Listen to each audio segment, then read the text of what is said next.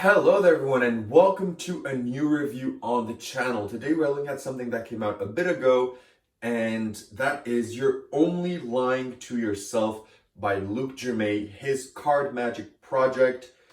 A really great project at that. So I do want to make a review on this. I do want to show you and explain to you what you're getting with it exactly, some of the routines, some of the good, some of the bad. Now, yeah, let's roll the intro and get straight into the review.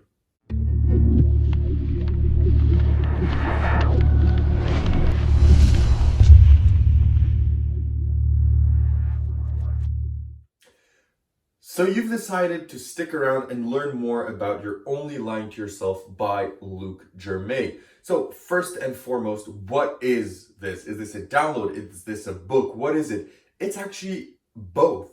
It's a book in itself. It's a very small book, just like this, very small, that has the kind of history of some of the effects. It actually has some history. It's very well written. It's with like really well printed images.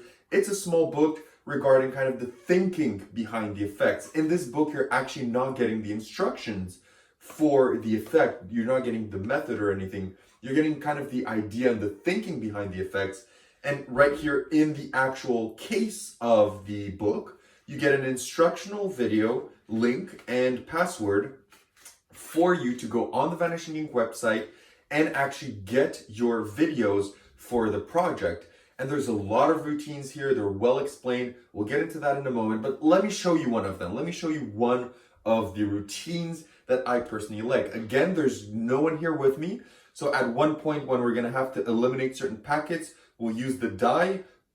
Any even number, we're going to eliminate the right hand, and any odd number, we're going to eliminate the left hand. So first, you're going to tell the spectator that you're going to use them, and you're going to use their intuition for this. So first, they're going to name any card, let's say the 7 of diamonds, and you tell them that what you're going to do is you're going to spread through the deck just like this, and they're going to look at the cards, and they're going to try to remember where the 7 of diamond is, but they're going to do that in a very interesting way, because they're not going to look at the cards directly. They're going to have them in their periphery, because they're actually going to look in your eyes as you go through the cards.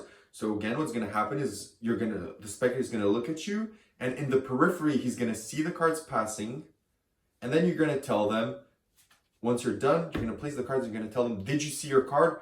And the answer is, of course, no. And you tell them, actually, you did subconsciously, but you don't specifically know where it is, because that's where I need your intuition. And you told me you have a good intuition. So let's put that to the test. I'm going to separate the packets here in 2, so around half each. And now you're going to tell me to eliminate one packet. And it's important to know that the packet you eliminate is the packet that is gone, that we will not use. No funny language, no funny business. So for the purpose of this, I'll place this just like here while I roll the die. And that is number 5. That's an odd number. So that means we eliminate this pile. And you can show the spectator here, if there's a 7 of diamonds, there's a 6 of diamonds, a 7 of hearts, but no 7 of diamonds as far as we can see.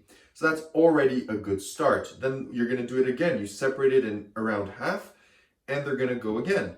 This time 4. So this means we eliminate this packet. And let's see. There's a 3 of spades, a jack of diamonds, jack of spades, an 8 of diamonds, no 7, a 4, a queen, actually nothing. So we are home free. Then you're going to separate again into half the last time, and they're going to choose again.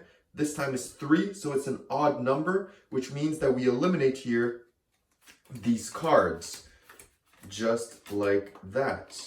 So this leaves us with this pile over here, and they get to, how many cards do we have? Let's see. We have 1, 2, 3, 4, 5, 6, 7, 8. So we have 8 cards in this pile, and you're going to tell them, you know what? I'm going to make this easier for you. I'm actually going to remove one here. I'll give you one for free, the 6 of hearts. And now it's going to be their choice to name any number. So let's say they name number 2. You're going to go number 1, 2, and that is going to be their card. So any number. So let's see, let's just do it with the die. Let's say they say number 4. So you're going to go 1, 2, 3, and that is card number 4. They could have thought of any card in the deck that they wanted to.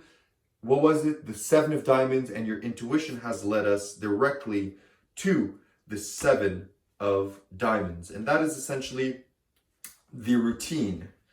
Okay, so that's essentially the routine, one of the routines in the project. Now, I may have flashed a bit at one point. I'll try and cover that in the actual edit because the cards are brand new. I just opened them, so they're a bit slippery. But nonetheless, that is one of the effects. And on top of that, I'll mention some other effects that you get when we discuss the product. So, where do you buy this? How much does it cost? And what do you get? So this is available at Vanishing Ink or at any of your favorite magic dealers. And let me just pull up here the page of the actual trick to talk to you about some of the effects, because this costs $45. And as I mentioned, you get the book and the video. And this is kind of what you get. You get these kind of some of the effects. I won't go into the methods behind some of the effects because he does explain those. But you'll get an effect that is like a card and number, that is it's almost like a kind of sort of game, which is really interesting. You get a collector's plot, you get color sense, which is you have the deck just like this, and with your finger you're able to guess what the color of the card is. You get his classic diamond cut diamond routine. You get this trick, which is elimination. You get a trick where you produce a royal flush. You also get, in my opinion, the best thing on the entire project, which is the fortune-telling deck, which is essentially his cartomancy PDF explained almost in this. So that's an $100 project that he put out a few years ago that is basically explained here in this trick. Then there's another effect that he uses, a deck of cards where it's going to point to one card, and the card that his spectator names is going to be the card that's pointed to. There's another trick with patterns where you're going to be able to produce the spectator's date of birth or any 4-digit number that's important to them. There's going to be a few poker demonstrations. There's also going to be a riffle stacking demonstration. There's going to be an out of this world. There's going to be kind of a throw effect where you kind of throw a card in the deck and it's going to be next to their card. And you also get something that is really, really good, which is an ambitious card that I really like. It's such a good ambitious card. It's not something you're going to do standing up. It's something you're going to do if you have a table, but it's such a good way of using the principles behind the ambitious card and making it super, super interesting. So that's essentially what you get with your $45. You get all those tricks plus more and the book.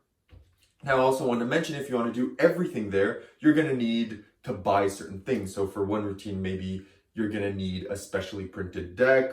That's easy to get. Maybe one of them, you're going to need a more intricate marked deck. That's going to put you back around $30. So there's just a few of them that are going to require some extra purchases, but I think there's just 2 or 3 routines that actually need you to purchase something in order to achieve them. So the rest is pretty much a normal deck and you're good to go.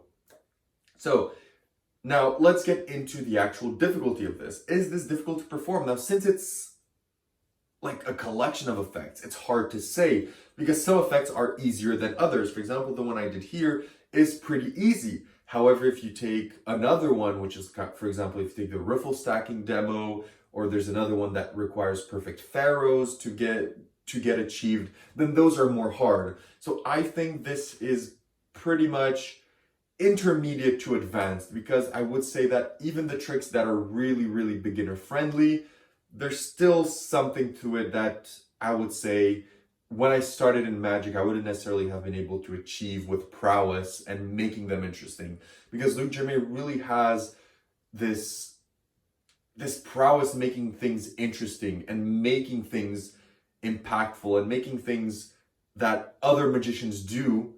You're taking the idea and just making it better through the story, through the principles that you're using, through the language, to kind of, the way you shape the trick. So I do think that this is not something fully for a beginner, but I would more situate it intermediate to advanced.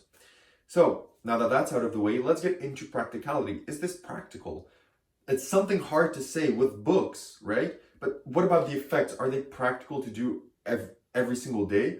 And that is yes and no. Some of them, as I said, will require a table. Most of them, a large portion of them, I would say almost 90% will require a table. Some of them you could get away with doing it in the hands, but it won't be as good.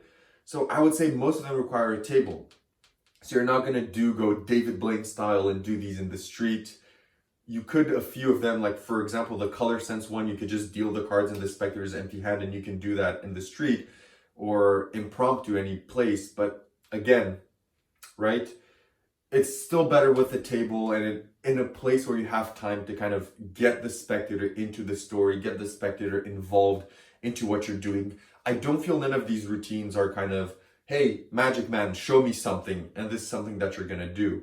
I don't feel that's necessarily what's at the core here. So practicality wise, I think that if you have a certain place that is kind of suited for this, then these are going to be practical if you have a deck of cards with you, because as I said, most of them use a normal deck of cards, non-gimmicked or non-special.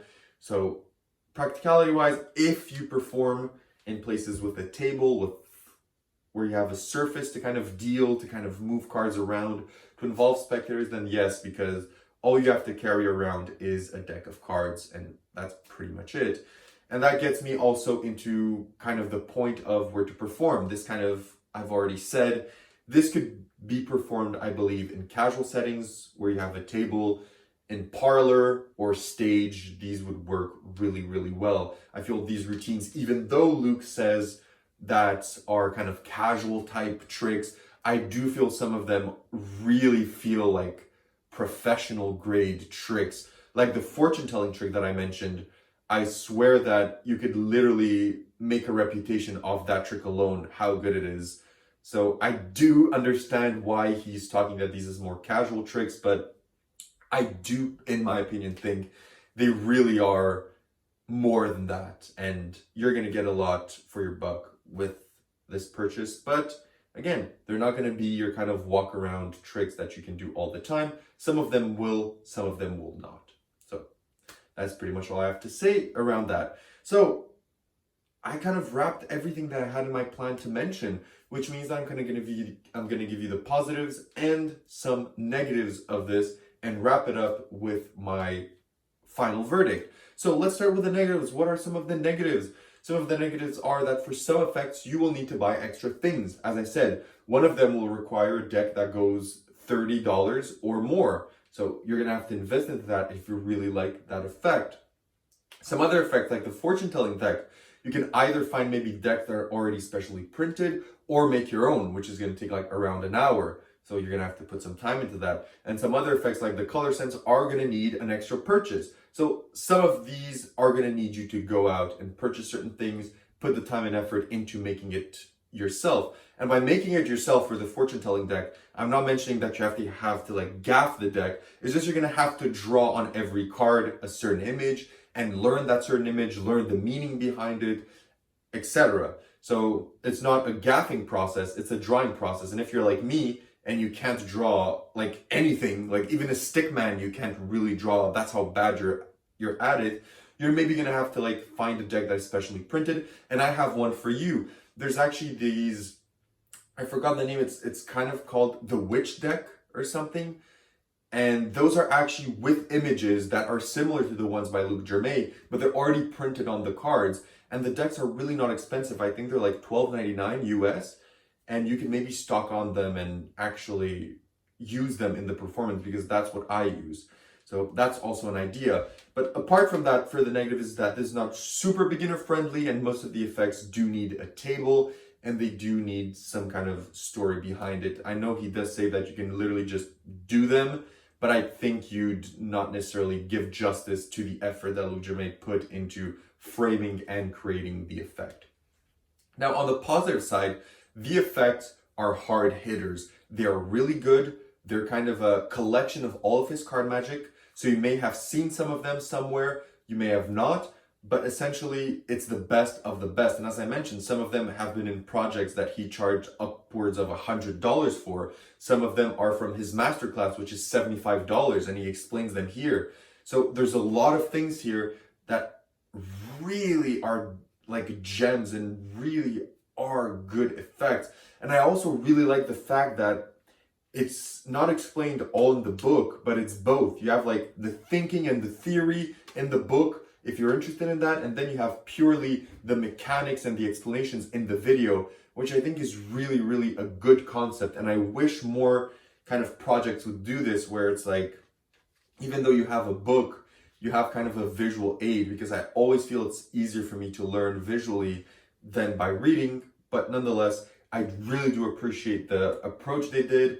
The magic is really strong. The effects are good. They're fun. They connect with the audience. So I really do think this is a good project. So would I recommend You're Only Lying to Yourself by Luc Jermay? Yes. The answer is yes, I do recommend this. I do think if you love card magic, if you're interested into card magic, you will find something here that you're gonna like. Even though you already do the effect, maybe you're gonna love his story around it. Maybe you're gonna love one of his additional one of his additional like tweakings of the method that is just going to push your effect that you're already doing beyond. Or maybe you're just going to find a brand new effect that you love and you're now going to perform it, because there's a few of them that I now perform. The ambitious card is my go-to ambitious card if I have a table. I don't even think I'm going to do it any other way. It's brilliant. This effect also is great. It's super fun that I performed. There's also a poker demonstration, which is super easy and so engaging and so fun. So I definitely recommend You're Only Lying to Yourself by Luc Jermay. If you're into card magic, I think this is definitely not something you should pass up. So what's my verdict of this? On 10, I'm giving You're Only Lying to Yourself by Luc Jermay a 9 on 10. I do think it's a great project. It's something that you're going to find value of, but there is some downsides to it, as I mentioned, that you're most likely going to need a table and some time to perform them, to connect with your audiences. But I do think every good magic needs that. So that's everything I have to say about it.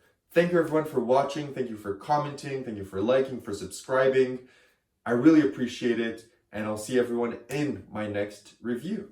Thank you and